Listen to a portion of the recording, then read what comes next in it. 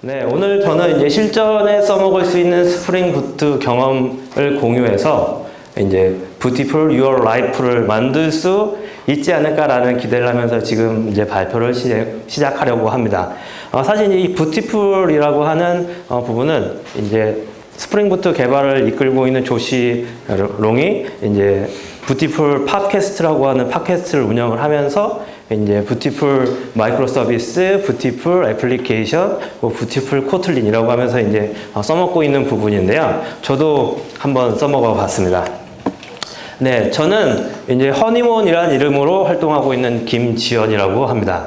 이제 SNS에서는 그 개발과 관련된 얘기는 이제 월급쟁이 개발자라는 이름으로, 그러니까 태그를 이용해서 활동을 하고 있고요. 그리고 이제 현재는 우한 형제들에서 B2B 영역에 비즈니스 개발을 하고 있습니다. 그리고 이제 하는 일은 그러니까 직장 생활은 이제 부업을 위한, 취미를 위한 부업 활동이라고 하면서 이제 스쿠버 다이빙이나 클라이밍, 여행 등을 다니는 일들을 하고 있습니다. 발표 예제는 깃허브에 이제 Beautiful Your Life라고 하는 예제를 올려놨으니까 이제 강연이 끝나시고 나중에 발표 자료가 공유가 되면 그때 한번 살펴보시면 좋을 것 같습니다. 네, 잘못 들어왔습니다. 네, 지난 2018년 12월 넷플릭스 블로그에는 이제 넷플릭스의 자바 관련한 시스템들이 스프링 부트로 이관을 마쳤다라는 블로그가 나왔습니다.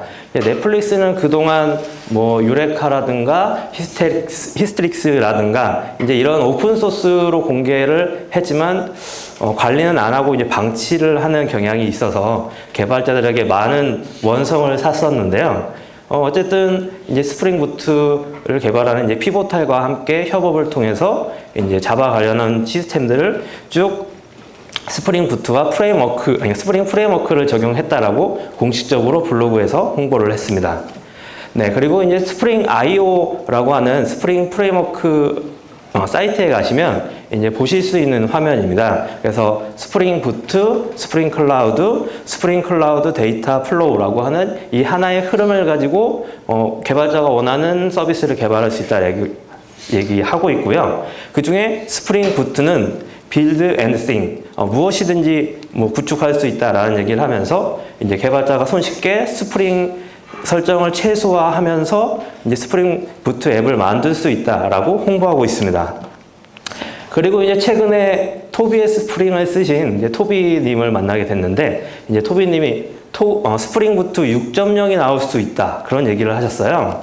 이제 최근에 스프링 프레임워크 5가 되면서 이제 스프링 데이터 쪽이나 스프링 시큐리티나 버전이 5.0대로 올라가는 일이 있었는데 이제 스프링 부트가 스프링 프레임워크보다 사람들의 이제 인지도가 굉장히 높아진 거죠. 이런 와중에 스프링 프레임워크에 적용됐던 컨디셔널이라든가 기타 설정들이 이제 조금씩 스프링 프레임워크에 넘어가는 추세를 보면서 이러면 이제 노드 쪽에서 있었던 것처럼 이제 스프링 부트가 6.0이 되면서 스프링 프레임워크가 그 안에 녹아들지 않을까라는 이야기를 하셨습니다. 이럴 때 해야 되는 게 이제 바로 노적기죠. 네, 제 책. 네, 비운의 서적입니다. 이제 작년 4월에 나왔는데 그렇게 많이 팔린 것 같지는 않은데 오늘 아마 이 컨퍼런스 동안에 이제 출판사에다 후원을 해서 많이 풀릴 겁니다. 네. 네, 이렇게 재고를 떨이하는 거죠. 네, 그래서 이 책 자체는 이제 스프링 2.0에 맞췄기 때문에 지금 2.14까지 나와 있지만 이제 보시는데 큰 무리는 없으실 겁니다. 이제 사실 이제 스프링 부트 시작하기란 제목을 붙였지만 입문하는 서적이라기보다는 그냥 이제 스프링 부트를 써본 사람이 이걸 어떻게 쓸 수 있을까? 어디서 확장할 수 있을까라고 하면서 찾아볼 수 있는 그런 책입니다. 그러니까 이제 스프링 부트 이번 듣고 한번 써보시고 이제 이런 거 모르겠어 하면 그때 이제 구매해서 보시면 되겠습니다. 네, 일단 스프링 부트란 무엇인가 한번 그냥 간단하게 짚고 넘어가도록 하겠습니다. 자, 스프링 부트는 스프링 프레임워크를 기반으로 한 개발 플랫폼이라고 할 수 있습니다. 이 개발 플랫폼이 무엇이냐? 이제 개발자가 작성한 코드를 실행하는 데 필요한 라이브러리의 의존성을 관리를 하고 빌드하고 배포하고 또 운영에 적용했을 때 모니터링하고 관리할 수 있는 기능을 제공하는 것을 말하죠. 이제 스프링 부트는 그런 모든 조건을 갖춘 이제 자바 쪽에서 거의 상대할 만한 프레임워크가 없는 이제 개발 플랫폼이라고 할 수 있을 것 같습니다. 그래서 앞으로 한동안 당분간 앞으로 또 나오지 않을 거라고 생각을 하고 있습니다. 네, 스프링 부트는 대략 이렇게 크게 세 가지 요소로 구성이 된다고 보시면 될 것 같습니다. 그래서 의존성 관리에 필요한 빌드 도구, 그리고 이 빌드 도구를 구성하고 동작을 제어하는 스프링 부트. 이 스프링 부트는 스프링 프레임워크 기반으로 해서 동작하기 때문에 항상 거의 스프링 프레임워크가 있다고 생각하시면 되고요. 그리고 이제 여러 가지 기능을 그러니까 여러 가지 기능에 대한 의존성을 정의하고 있는 이제 스프링 부트 스타터, 이 세 가지 요소가 있다라고 이제 이해를 하시면 될 것 같습니다. 이제 얘기를 진행하기에 앞서서 제가 생각하는 스프링 부트 사용 수준에 대한 얘기를 한번 해보고 싶습니다. 저는 이제 초급, 중급, 고급, 특급으로 나눴는데, 초급의 경우에는 스프링 부트 스타터 웹을 이용을 해서 간단한 REST 컨트롤을 이용해서 API를 만들 수 있는 수준이라고 생각을 하고요. 그리고 이제 중급은 이제 스프링 스타터 웹 이외에 다른 스타터 데이터 JPA, 레디스, 몽고, DB 등의 이제 다른 스타터 모듈을 추가를 해서 해당하는 기능을 사용할 수 있는 경우를 말하고, 고급은 이렇게 추가된 스타터들의 이제 애플리케이션 속성들을 변경하거나 이제 빈 등을 정의해서 사용할 수 있는 수준을 말하고, 이제 특급은 이제 스프링 부트와 스프링 프레임워크에서 제공하는 인터페이스를 구현하고, 그리고 자동 구성되어 있는 걸 비활성화해서 자기 입맛에 맞춰서 제어할 수 있는 사람을 얘기합니다. 그래서 오늘은 이제 중급에서 고급으로 넘어가는 고급진 이야기를 해보려고 합니다. 프랑스 철학자 장폴 사르트는 Life is choice between birth and death. 이제 삶은 탄생과 죽음 사이의 선택이다. 이런 얘기를 했습니다. 그래서 스프링 부트를 어떻게 설명하면 좋을까? 좀 고민을 하다가 이제 이 생각을 하면서 기발하다는 생각을 했습니다. 이제 Developer Life is coding between build and deploy. 이제 프로젝트를 빌드하고 배포하는 그 사이에 수많은 코드를 구현하는 그것이 개발자의 삶이 아닌가 그런 생각을 했습니다. 자, 개발자 인생은 뭐다? 뭐다? 빌드 코딩 디플로이. BCD. 네. 제가 잠깐 이제 먼저 얘기 드리려고 했는데, 이제 적극적으로 호응해 주시는 분께, 지연이가 쏜다라고 하는 회사 쿠폰을 드리도록 하겠습니다. 네. 드릴게요. 네. 이 BCD가, 이제 개발자 인생의 BCD에서 스프링 부트가 차지하는 영역은 대략 다음과 같습니다. 이제 디플로이 부분에서 이제 딜리버리 배달하는 부분은 좀 약하기는 하지만 어쨌든 스프링 부트는 이 BCD 전체 영역을 커버를 하고 있습니다. 이 BCD 중에 이제 빌드부터 차근차근 설명을 드리도록 하겠습니다. 자, 빌드 도구. 그레이드 쓰시는 분? 메이븐 쓰시는 분? 네, 그레이드 쓰시는 분이 많네요. 네, 저도 그레이드를 사용을 하고 있습니다. 이제 그레이드들이 초창기에 나왔을 때, 이제 때마침 프로젝트를 멀티 모듈로 구성을 하게 됐는데, 그때 메이븐보다 훨씬 이제 다 구성하기가 용이했었거든요. 그래서 이제, 그레이드에 보면은 크로스 프로젝트 컨피규레이션이라고 해서 하나의 빌드 스크립트에서 여러 개의 프로젝트에 대한 의존성과 동작을 정의하는 기능이 있는데, 저는 이 기능이 굉장히 마음에 들어서 그때 이후로 꾸준하게 이제 그레이드를 사용을 하고 있습니다. 이 그레이드를 쓰면서 좀 거시기한 게 이제 버전업이 꾸준하게 빠르게 된다라는 겁니다. 그래서 이제 4.0이 2017년 이제 메이븐보다 100배 빠르다, 빌드 속도가 100배 빠르다라고 하는 이제 좀 호전적인 홍보를 하면서 이제 나오기 시작했고, 그리고 5.0이 이제 지난해 2018년 11월에 출시가 됐습니다. 이때 코틀린 DSL과 JDK 12를 지원하고, 그리고 보험을 불러와서 쓸 수 있다라는 기능을 출시를 합니다. 그리고 이제 곧 이렇게 꾸준하게 2달, 석 달에 한 번씩 버전업이 되면서 이제 현재는 5.4 버전이 4월 달에 나왔고요. 그리고 이제 6.0도 조만간 나오지 않을까 하는 그런 생각을 하고 있습니다. 자, 그레이들 DSL. 코틀린과 현재 그루비가 있습니다. 코틀린 DSL 쓰고 계신 분 계신가요? 계시는군요. 네. 한 분이라 딱 드리겠습니다. 이따 끝나고 와서 가져가시고요. 네, 몇 장 안 남았습니다. 네, 이렇게 해서 이제 코틀린과 그루비 DSL이 있습니다. 그래서 이제 2가지 언어의 각각의 특징을 갖고 있는 특징을 그대로 가지고 있고요. 저는 이제 코틀린 DSL을 쓰기로 이제 마음을 먹었습니다. 작년 이제 코틀린 아니죠. 젯브레인 서울데이에서 이제 이 코틀린 DSL이 나왔다는 그러니까 소식을 접하고 이제 이거 정도면 쓸 수 있겠다는 생각을 했습니다. 사실 이제 자바 개발자가 굳이 코틀린으로 넘어갈 필요가 있을까라는 생각을 현재도 하고 있거든요. 근데 이번 스프링 캠프의 내용들을 쭉 보면은 은근히 이제 코틀린을 주제로 한 내용들이 많습니다. 그래서 지금도 약간 의혹스럽긴 하지만 저는 이제 제 업무와 관련된 작은 프로젝트들은 코틀린을 이용해서 하고 있는데 어쨌든 이 코틀린 DSL을 활용을 하고 있습니다. 이 코틀린 DSL을 쓰면 빠른 문서 보기, 그리고 자동 완성, 그리고 작성한 코드에 에러가 있을 때 강조 표시, 그리고 태스크 등을 리팩토링을 할 수 있다라고 홍보를 하고 있습니다. 근데 이거 사실 그루비에서도 다 됩니다. 근데 코틀린 DSL이 지금 현재에서 아쉬운 점은 이 작성한 빌드 스크립트를 한번 컴파일을 하면서 이제 에러랑 그러니까 에러 표시를 지원을 하게 되더라고요. 그래서 빌드 속도가 그루비 DSL을 썼을 때보다 한 3배에서 4배 정도 느리다라는 이슈 제기가 된 것까지 확인을 했습니다. 네. 그리고 이제 스프링 부트 그레이들 플러그인에 대한 얘기를 해보겠습니다.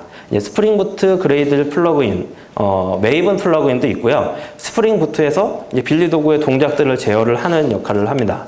이 각각의 그레이들 메이븐 플러그인은 프로젝트의 의존성 관리, 그리고 실행 가능한 애플리케이션 패키징, 그리고 애플리케이션을 배포. 사실은 이제 넥서스에다가 아카이브 파일을 올리는 기능이라고 보시면 될 것 같고요. 그리고 이제 애플리케이션 실행, 부트런이라고 해서 이제 아카이브 처리되지 않은 프로젝트를 그대로 이제 실행할 수 있는 기능을 제원하고, 그리고 이제 스프링 부트에서 운영 단계에 쓸 수 있는 액추에이터 관련해서 이제 빌드 인포라든가 git 인포 등을 추가할 수 있는 기능을 지원을 합니다. 네, 그래서 이제 우리가 스프링 부트를 사용하기 전에는 build.gradle 스크립트에 이런 식으로 이제 의존성을 선언하고 뒤에다가 버전을 명시를 했어야 했습니다. 근데 스프링 부트를 쓰면서부터 언젠가 우리는 이제 버전을 명시를 하지 않기 시작했어요. 그래도 몇몇 분들은 버전을 명시를 하기는 합니다. 이렇게 버전 명시를 할 필요가 없어진 게 스프링 부트에서 이 봄이 맞나 모르겠네요. 네. Bill of Material, 이제 자재 명세서라고 하는 뜻을 갖고 있는 이 봄 기능을 지원하면서부터 이제 버전을 사용할 필요가 없게 됐습니다. 이 스프링 부트 레퍼런스 쪽에 가시면 이 의존성 버전을 명시한 테이블들을 보실 수가 있는데, 이 테이블 안에 있는 라이브러리들의 경우에는 버전을 명시하지 않아도 스프링 부트 그레이들 플러그인 자동으로 빌드를 하면서 해당하는 버전의 라이브러리를 추가해서 함께 패키징을 하게 됩니다. 이 역할은 이제 스프링 부트 디펜던시스라고 하는 이제 스프링 부트 안에 모듈이 있는데, 이 안에 form.xml에 이런 형태로 이제 버전만 명시되어 있는 이제 모듈이 있습니다. 이 모듈을 통해서 이제 스프링 부트가 2.0에서 2.1, 2.13, 2.14 이렇게 이제 버전이 출시될 때 각각 지원하는 라이브러리들의 버전을 명시를 하고 있습니다. 네, 그리고 이제 아까 설명드렸던 그레이들 5.0에 임포트 봄이라고 하는 기능이 추가됐다고 말씀을 드렸는데, 이제 따로 스프링 부트 그레이드 플러그인이 없어도 이런 식으로 이제 인포스 플랫폼이라고 하는 이제 옵션을 통해서 다른 본 파일을 불러와서 쓸 수가 있습니다. 이제 화면에서 보시는 예제는 이제 스프링 부트 디펜던시 1.5.8 버전 거를 가져와서 사용을 하고 있고, 그래서 뒤에서 이제 버전 명시를 하지 않고 있고요. 그리고 이제 밑에 보면 1.8.6이 있지만 이제 위에서 봄에서 읽어온 버전이 동일한 게 있으면 덮어 쓴다, 그런 설명을 하고 있습니다. 그래서 스프링 부트를 쓰지 않아도 그냥 그러니까 버전을 기재하고 싶지 않다라고 하면 이런 식으로 그레이드의 봄을 이용을 해서 사용을 하실 수 있습니다. 네, 이제 코드의 영역으로 한번 들어가 보도록 하겠습니다. 이제 스프링은 스프링 프로그래밍 모델을 제공을 합니다. 그래서 기본적으로 이제 도메인, 서비스, 컨트롤러 계층에 대해서 각각의 엔티티를 가지고 있는 계층을 대표하는 이제 애노테이션을 클래스에 명시를 하면 이 각 클래스에 대해서 이제 뭐라 해야 될까요? 관례적으로 얘는 이런 계층에서 사용되는 클래스야라고 이해를 하실 수가 있게 됩니다. 그래서 이제 검색을 하다 보니까 처음에는 이제 저도 스프링 그냥 프로그래밍 모델이라고 생각을 했는데 이제 어느 순간부터 스프링 애노테이션 프로그래밍 모델이라고 하는 이름으로 설명이 되더라고요. 그래서 실제로 우리 자바 코드를 보면은 이제 뭔가 부수적인 동작과 이제 처리를 하기 위해서 클래스에 굉장히 많은 애노테이션을 추가를 하는 그런 추세가 된 게 사실입니다. 네, 그리고 이런 코드들을 조금 더 원활하게 쓸 수 있는 이제 프로파일 기능이 있습니다. 이제 스프링 프레임워크에서 제공을 하는 것인데요. 이제 다음 예제는 좀 굉장히 칙칙하네요. 네. 이제 yes or not configuration이라고 하는 간단한 클래스를 만들어서 이제 스프링 부트 애플리케이션 실행이 될 때 yes라고 하는 프로파일이 있을 때와 이제 yes라는 프로파일이 없을 때 서로 다른 이제 불리언 서비스라는 컴포넌트 빈을 하나 생성을 하도록 만들어 놨습니다. 그래서 이런 식으로 이제 간단한 프로파일에 따라서 스프링 빈을 어떤 것을 활성화를 할 수 있을까부터 시작을 해서 이제 애플리케이션의 각 모듈과 그리고 이 모듈이 이제 실행 환경, 뭐 로컬, 테스트 환경, 그리고 개발 환경, 그리고 베타 환경, 운영 환경. 이 환경에 따라서 각각 속성을 어떻게 정의를 하고 어떤 스프링 빈을 활성화하고 비활성화할지를 정의를 할 수가 있습니다. 저 같은 경우에는 이제 각각의 어스, 메시지, 레디스 관련한 이제 모듈을 만들고 그 안에 이제 또 각 환경 설정을 할 수가 있는데요. 이 부분은 사실 이제 하나의 애플리케이션 YML 안에서 이제 하나의 그 배포본을 통해서 이 배포본을 각각의 환경에 맞춰서 이제 동작하도록 만들 수 있습니다. 그래서 이때 유용한 게 이 실행 가능한 자르 파일을 만들어서 이제 그 개발 서버에다가 배포를 할 때 이제 보게 되는 데이터 소스, 그러니까 데이터 소스, 이제 데이터베이스의 경로와 유저명을 이제 각 환경에 따라서 바꾸는 작업을 하실 수가 있습니다. 뭐 이거는 아마 여기 계신 분들 모두 한번 그냥 기본적으로 사용하고 있으실 거라고 생각을 합니다. 그리고 이제 스프링 부트에서 가장 중요한 작동 기제 중에 하나가 자동 구성이라고 할 수 있습니다. 이제 스프링 부트 오토 컨피규어라고 하는 모듈에 보시면 이제 오토 컨피규레이션이라고 하는 전미사를 갖고 있는 다양한 클래스들이 있습니다. 그리고 그 안에 패키지에 보시면 웹, 뭐 레디스, AOP 이런 식으로 해서 스프링 부트 스타터들의 모듈과 거의 일치하는 패키지 구조를 가지고 있고요. 이 클래스들에 보시면 컨피규레이션이라고 하는 애노테이션과 그리고 컨디셔널이라고 하는 이제 특정 조건을 만족시켰을 때 활성화시키는 애노테이션 두 가지가 조합이 돼서 이제 활성화되는 걸 보실 수가 있습니다. 그래도 이 오토 컨피규레이션이라고 하는 클래스들이 활성화되는 시점은 이제 우리가 스프링 부트 애플리케이션이라고 하는 애노테이션을 선언한 메인 클래스가 이제 실행되는 시점이라고 보시면 될 것 같습니다. 이를 통해서 이제 스프링은 관례적인 스프링 프로그래밍 환경을 제공을 합니다. 앞서 설명드렸던 오토 컨피규레이션이라고 하는 이제 자동 구성 클래스 안에 선언되어 있는 스프링 빈들이 이제 활성화되면 이제 우리는 그 빈을 우리가 사용하려고 하는 이제 서비스 클래스에서 주입을 받아가지고 사용을 할 수 있는데요. 이거를 하기 위해서는 어쨌든 각각의 스타터들을 추가하고 이제 이 오토 컨피그레이션에서 어떤 이제 스프링 빈들이 생성이 되는지를 확인을 하시는 작업을 해야 됩니다. 그래서 이제 스프링 부트 레퍼런스 문서를 보셔도 좋고요. 이제 어쨌든 우리는 개발자니까 소스 코드를 쭉 한 번씩 훑어보시는 그러니까 코딩을 하다가 이제 머리가 아프면 이제 이런 식으로 스프링 부트 오토 컨피그레이션 모듈을 열어가지고 자동 구성 클래스들을 한 번씩 훑어보셔도 좋을 것 같습니다. 네, 그리고 이제 애플리케이션 속성 외부 구성 부분이 있습니다. 말 그대로 애플리케이션 속성을 실행 시점에 외부에서 변경한다입니다. 그래서 예를 들면은 애플리케이션 실행을 할 때 이제 애플리케이션 YML에 설정해 놓은 속성 이외에 이제 별도로 실행하는 시점에 내 마음대로 바꾸고 싶을 때 이제 할 수가 있는데, 뭐 예를 들면은 지금 현재 이제 제 로컬에서 8080이라고 하는 포트를 쓰고 있는 이제 애플리케이션 돌고 있을 때 이제 그거를 900으로 바꾸는 식으로 사용을 할 수가 있습니다. 네, 그래서 네, 가운데랑 아래쪽에 있는 이제 애플리케이션은 동일한 이제 자르 파일로 구성이 되어 있는데, 이제 제가 이 하나의 아카이브 파일을 두 가지 그러니까 두 가지 속성, 그러니까 이제 9091과 9092로 각각 실행하도록 옵션을 주고 있습니다.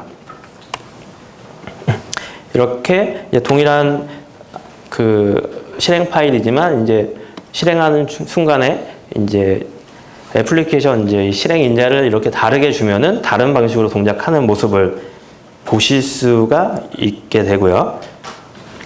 네, 그리고 이런 애플리케이션 속성의 외부 구성을 할 수 있는 포인트 중에 하나가 configuration properties라고 하는 애노테이션을 선언한 클래스를 이용을 할 수가 있습니다. 이 예제에서는 이제 honeymoon properties라고 하는 이제 간단한 이제 속성을 부여를 했습니다. 이 configuration properties는 io.honeymoon이라고 하는 부분으로 이제 시작을 하고, 거기에 이제 이름, 나이, 이메일, 그리고 홈사이트 정보를 기본적으로 제공을 합니다. 보시면은 이제 컴포넌트라고 하는 애노테이션이 추가로 선언되어 있는데, 이거는 이제 그 컨피그레이션 클래스에서 enable configuration properties로 이 홈 프로퍼티스를 가져다 쓸 때는 필요가 없지만, 이 허니문 프로퍼티스를 다른 스프링 빈에서 주입을 받아서 사용을 하려고 하면 이렇게 그냥 컴포넌트라고 하는 애노테이션만 선언을 해주시면 어느 클래스에서 뜻인지 이제 주입을 받아서 사용을 하실 수가 있습니다. 이 코드만 보고 이렇게 작성을 하면 이제 이클립스나 인텔리지에서 다음과 같은 에러 메시지를 보실 수가 있습니다. 그래서 이 스프링 부트 컨피그레이션 어노테이션 프로세서를 찾을 수 없다, 이런 메시지가 나오는데, 말 그대로 이 configuration properties라는 애노테이션이 붙은 클래스를 쭉 보고선 내가 이걸 처리할 수 없어 라고 얘기를 하는 겁니다. 그래서 이제 이 스프링 부트 컨피그레이션 프로세서에 대한 의존성을 추가를 해 주셔야 되는데, 네, 이제 코틀린에서는 이제 KAPT라고 하는 플러그인을 통해서 이제 추가를 해 주셔야 되고요.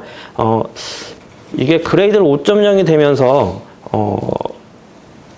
이 두 가지 형태로 이제 그 프로세서에 대한 의존성이랑 이제 어노테이션 프로세서를 두 개를 같이 선언을 해줘야 동작을 하는 것 같더라고요. 네, 그래서 이제 보시는 것처럼 이 두 가지 방식으로 해서 애노테이션 프로세서와 그리고 그에 대한 의존성을 선언하는 두 가지 두 줄을 추가를 하시면 이제 이 위에서 허니문 프로퍼티스를 봤을 때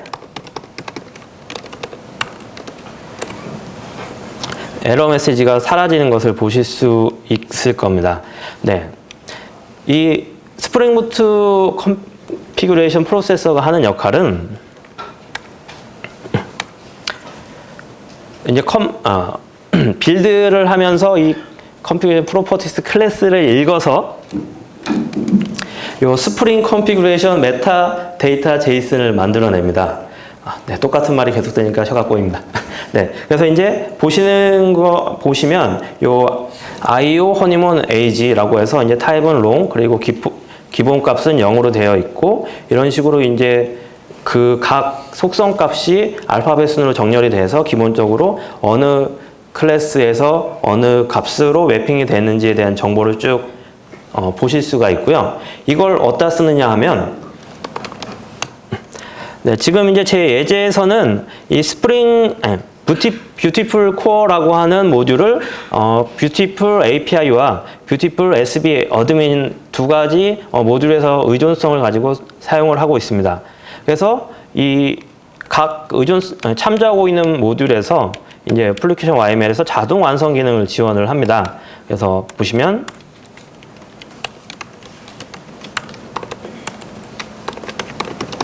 이런 식으로 해당하는 컨피그레이션 프로퍼티스를 참조하는 모듈에서 자동 완성 기능을 지원을 합니다. 그래서 이제 다른 팀이나 혹은 다른 개발 부서와 함께 이제 애플리케이션의 속성을 공유할 때 이런 식으로 컨피그레이션 프로퍼티스를 작성을 해서 컴파일하고 이렇게 생성된 아카이브 파일을 넥서스에 올려놓고 이제 참조해서 마음대로 가져다 쓰도록 할 수 있게 되는 거죠.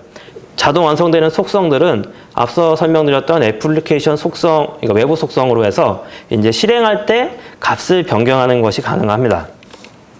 그러니까 뭐 예를 들면은 이쪽에서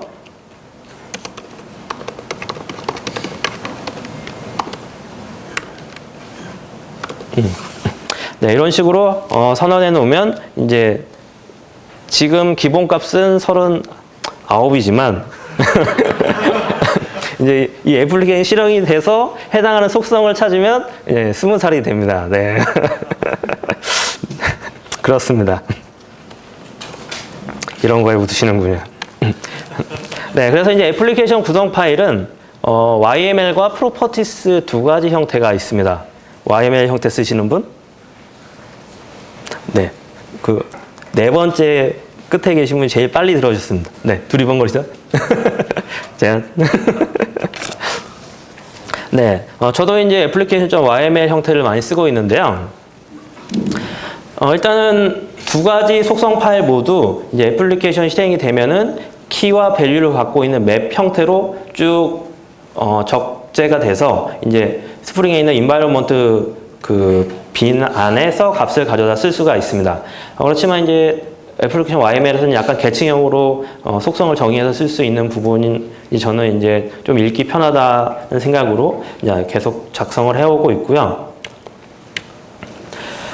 그래서 이제 애플리케이션의 모든 속성은 일단은 기본적으로는 이제 애플리케이션 YML 안으로 들어가게 됩니다. 그래서 제 예제를 보시면 뷰티풀 API 모듈에 가시면 이제 그 안에 application.yml이 있는데 이 YML 안에서는 이제 스프링 프로파일스 인클루드라고 해서 이제 뷰티풀 코어에 선언해 놓은 application core.yml 값을 불러오도록 되어 있습니다. 그래서 여기 보시면 프로파일스를 선언하지 않은 경우엔 디폴트라고 하는 프로파일이 적용이 돼서 어느 프로파일도 선언해 있지 않으면 해당하는 값이 기본 값으로 적용이 되고요.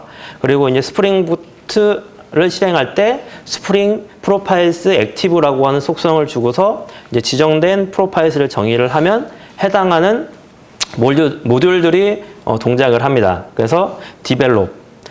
제가 이제 iHoney.p.k를 하려고 하는 블로그를 처음 만들었을 때가 26살, 네, 13년 전이고요. 네, 그리고 이제 java.ihoney.p.k라는 블로그를 만들었던 게 29살 때. 네, 그리고 이제 honeymoon.io라고 하는 요거를 만든 게 이제 작년이었는데 이제 포스팅이 하나도 안 되고 있습니다. 네. 노느라 바빠서. 네, 이런 식으로 이제 각각의 프로파일에 따른 적용될 값들을 정의를 하실 수가 있습니다. 그리고 최종적으로는 이런 식으로 이제 메인 클래스가 있는 모듈에서 애플리케이션 YML에서 이제 인클루드 해가지고 불러다 쓸 수 있게 되는 거죠. 그래서 이제 이 값을 어디서 쓰느냐에 따라서 이제 덮어쓰기 하는 방식이 달라지는데, 이제 요 코어에서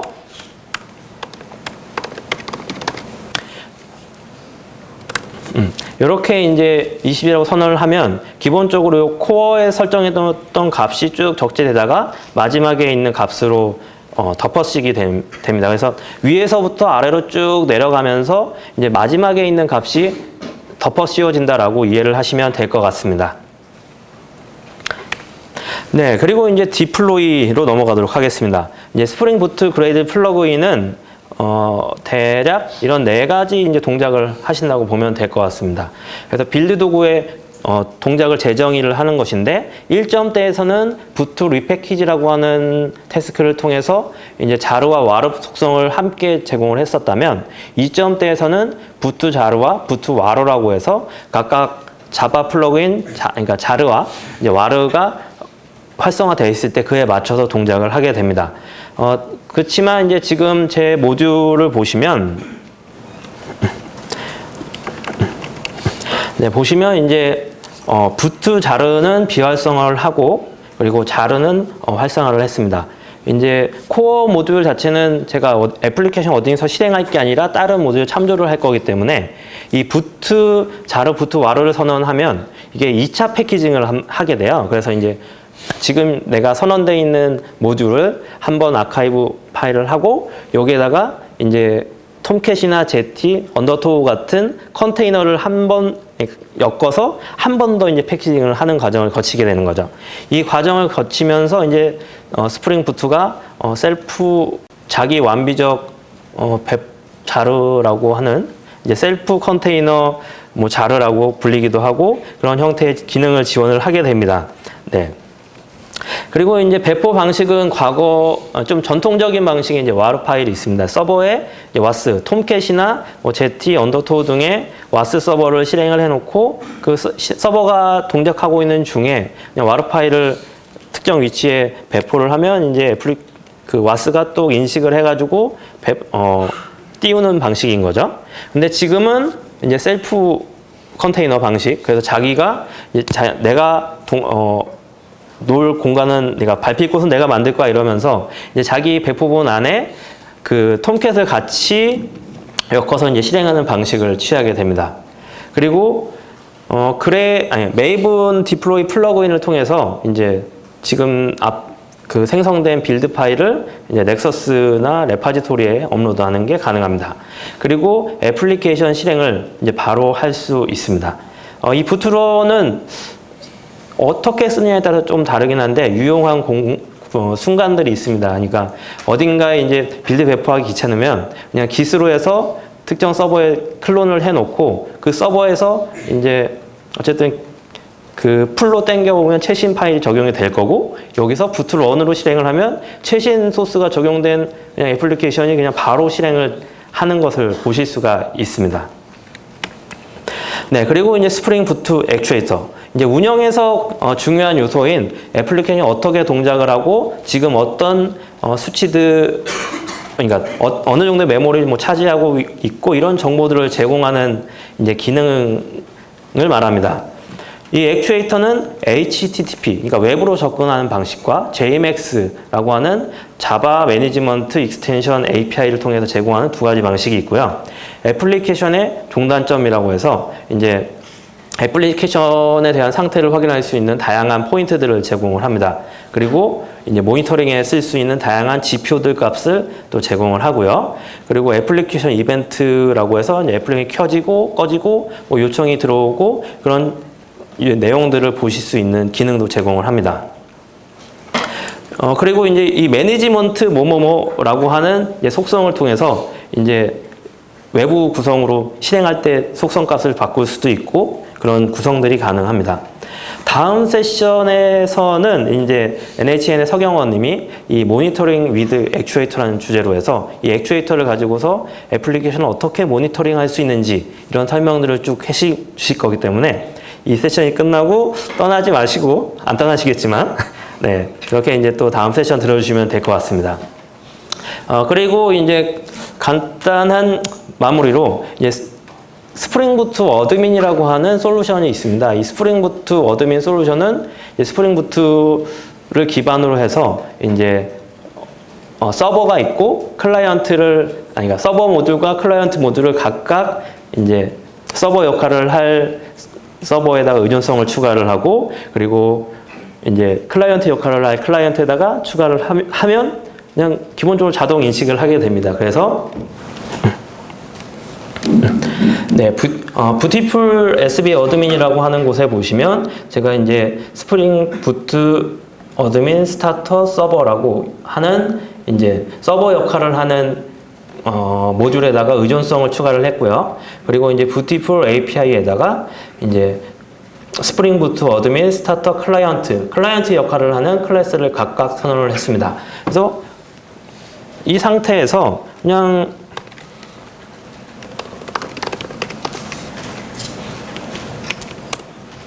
네, 클라이언트 역할을 하는 이제 애플리케이션 속성에다가 이제 네가 어느 서버를 봐, 그러니까 라고 선언을 한다고 보시면 될 것 같습니다. 그래서 지금은 이제 127.0.0.1 그래서 제 로컬에 있는 어드민을 봐라라고 선언을 한 거고요.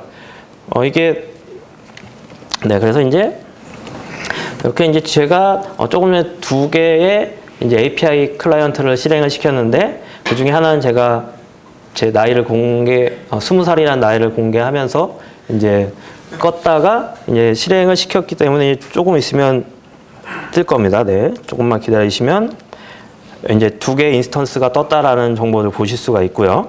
이렇게 이제 각각의 인스턴스 정보를 확인하실 수가 있습니다.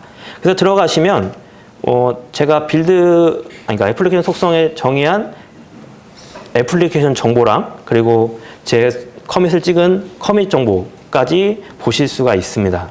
그리고 이제 쭉 보시면 활성화되어 있는 이제 스레드나 이제 메모리 정보, 그리고 환경값들, 등록되어 있는 빈들 목록도 보실 수 있고, 그래서 간단하게 이제 스타트업 쪽에서 이제 내가 작성한 애플리케이션들이 어떻게 동작을 하고 있는지 모니터링 하는 용도로는 꽤 괜찮을 것 같습니다. 사실은 저도 이거 우리 회사에서 권용근 님이 먼저 공유를 해주셔가지고 쓸만한데 라고 생각을 하다가 이번 발표에 부랴부랴 이제 차용을 해서 한번 적용을 해봤습니다.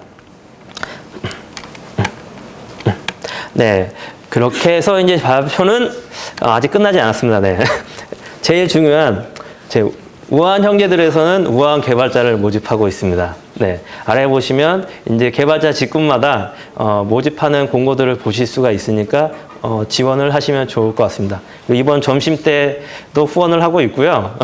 네, 그리고 사실 이제 저는 우아한 형제들 재수생입니다. 네, 어쨌든 이제 재수로 해서 들어왔지만 이런 좋은 회사에 좋은 회사, 네, 그래서 일을 하고 있습니다. 좋은 회사입니다. 네. 특히나 이제 결혼하신 기혼자 분들이나 이제 결혼을 준비하고 계신 분들한테 굉장히 좋습니다. 네, 솔로한테는 약간 좀 혜택이 부족해요. 그렇지만 솔로인 것만으로도 행복하기 때문에 그렇습니다. 네, 그리고 이제 진짜 마지막입니다. 네, 저는 이제 스프링 러너라고 하는 이제 오프라인 교육을 또 시작을 하고 있습니다. 네. 좀 비싼 이제 교육이지만 토요일과 일요일 1박 2일 교육 짧고 강렬하게 스프링 애플리케이션 프로그래밍 경험을 주입시키는 주입식 교육을 함께 진행을 하고 있습니다. 사실 이제 3, 4월에는 이제 회사 프로젝트가 바빠서 못했었고요. 5월 말부터 해서 한 달에 한 번씩 기본적으로 진행을 하려고 하니까 종종 그러니까 SNS 통해서 이제 그 강좌가 오픈되면 모집 공고를 올릴 테니까 많은 신청 부탁드립니다. 네, 이것으로 제 발표를 마치겠습니다. 감사합니다.